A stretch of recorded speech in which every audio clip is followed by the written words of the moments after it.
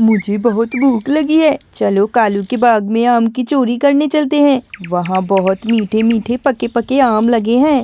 ना बाबा ना, मैं न जाऊं उस दुष्ट कौवे के बाग में। मेरी माँ बोल रही थी उस आम के बाग में भूलकर भी मत जाना, क्योंकि उस पेड़ का मालिक कालू कौवा बहुत ही दुष्ट है। पिछली बार एक चिड़िया ने सिर्फ गिरे हुए आम खाए थे और उस कौवे ने उसे जान से मार दिया था। मुझे तो बहुत डर लगता है, मैं नहीं जाऊंगी वहाँ। अरे टुनटुनी, तुम तो बड़ी डरपोक हो। हम 2 लोग हैं और वो अकेला। अगर कुछ बोलेगा भी तो उसे वहीं पर मारने लगेंगे। फिर दोनों दोस्त उस आम के पेड़ के पास चले जाते हैं। वहाँ कौवा आम के पेड़ के नीचे गहरी नींद में सोया हुआ था। टुनटुनी, कालू कौवा भी सो रहा है। तुम जाकर आम तोड़ो और अगर कालू कौवा आ जाएगा तो मैं तुम्हें बता दूंगा। तुम आम को अपनी चोंच से नीचे गिराना और मैं उन्हें उठाता रहूंगा। अब जाओ, जल्दी जाओ टुनटुनी। उसके बाद टुनटुनी आम के पेड़ पर चली जाती है और पेड़ पर बैठकर ही आम खाने लगती है।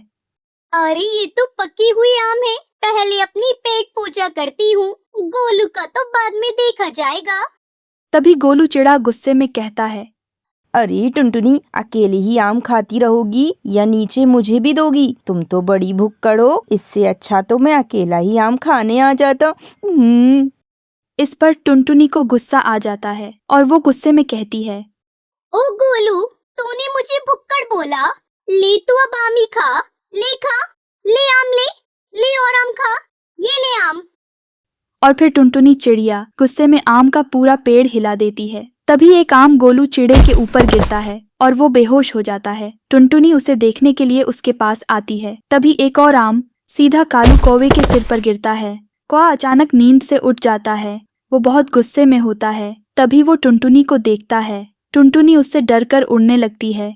तभी बेचारी जैसे तैसे वहां से अपनी जान बचाकर भाग जाती है। वो थककर एक जगह बैठ जाती है। फिर टुनटुनी चिड़िया सोचने लगती है, अरे ये गोलू चिड़ा तो मेरी वजह से फंस गया। पता नहीं ये दुष्ट कौवा अब इसके साथ क्या करेगा। अब मुझे ही कुछ करना होगा, लेकिन मैं अकेली उससे नहीं निपट सकती। मुझे किसी पक्षी को बुलाकर उससे मदद मांगनी चाहिए। तभी टुनटुनी पिंकी चिड़िया के पास जाती है। पिंकी बहन, कालू कौवे ने गोलू चिड़ा को पकड़ लिया है, उसे छुड़ाने में मेरी मदद करो बहन। क्या कहा? उसने गोलू चिड़ी को पकड़ लिया है? उस दुष्ट कौवे ने तो आम की चोरी करने पर एक चिड़िया को मार डाला था।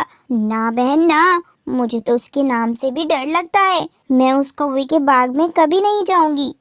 इस तरह पिंकी चिड़िया से कोई मदद नहीं मिलती। टुनटुनी चिड़िया निराश होकर बैठी थी। तभी बंटी कबूतर आता है।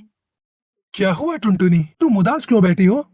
टुनटुनी चिड़िया बंटी कबूतर को सब बात बताती है कि कैसे कालू कौवे ने गोलू चिड़े को पकड़ लिया है। अब तुम ही बताओ बंटी, मैं अकेली गोलू को कैसे छुड़ा कर लाऊं? तुम फिक्र ना करो टुनटुनी, मैं गोलू चिड़े को छुड़ाने के लिए तुम्हारे साथ चलता हूँ। तभी दोनों आम के बाग में पहुंचते हैं। वहां जाकर देखते हैं कि कालू कौवे ने गोलू चिड़े को पिंजरे में कैद कर रखा है। टुनटुनी, दुष्ट कौवे ने तो गोलू चिड़े को पिंजरे में कैद किया हुआ है, लेकिन अभी दुष्ट कौवा सोया हुआ है। चलो हम दोनों मिलकर पिंजरे को उठाकर भाग चलते हैं। अरे वाह टुनटुनी, तुम लोग मुझे बचाने आ गए। चलो जल्दी से मुझे यहाँ से ले चलो, नहीं तो ये दुष्ट कौवा फिर से जाग जाएगा। तभी दोनों पिंजरे को उठा लेते हैं और उड़ने लगते हैं।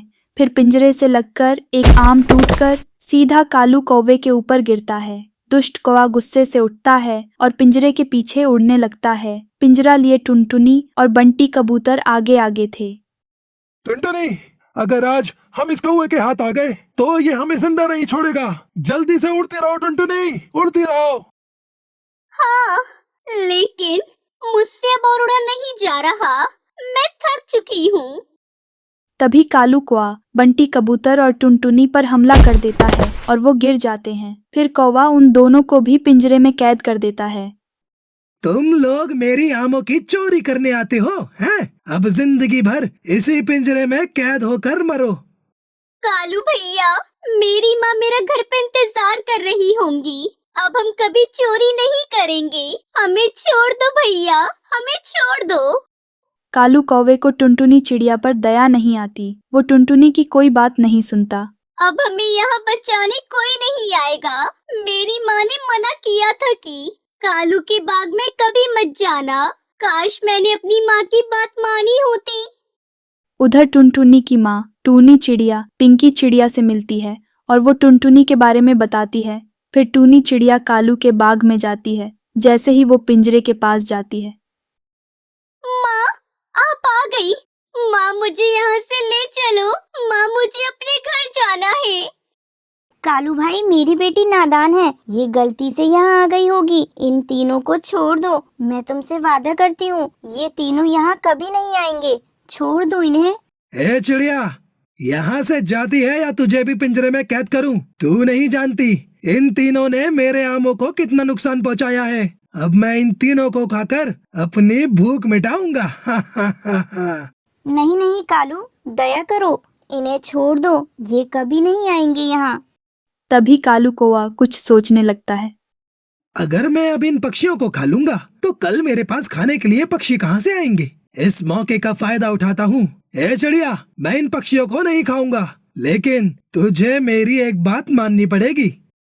कालू भाई बताओ, मुझे तुम्हारी कौन सी बात माननी पड़ेगी?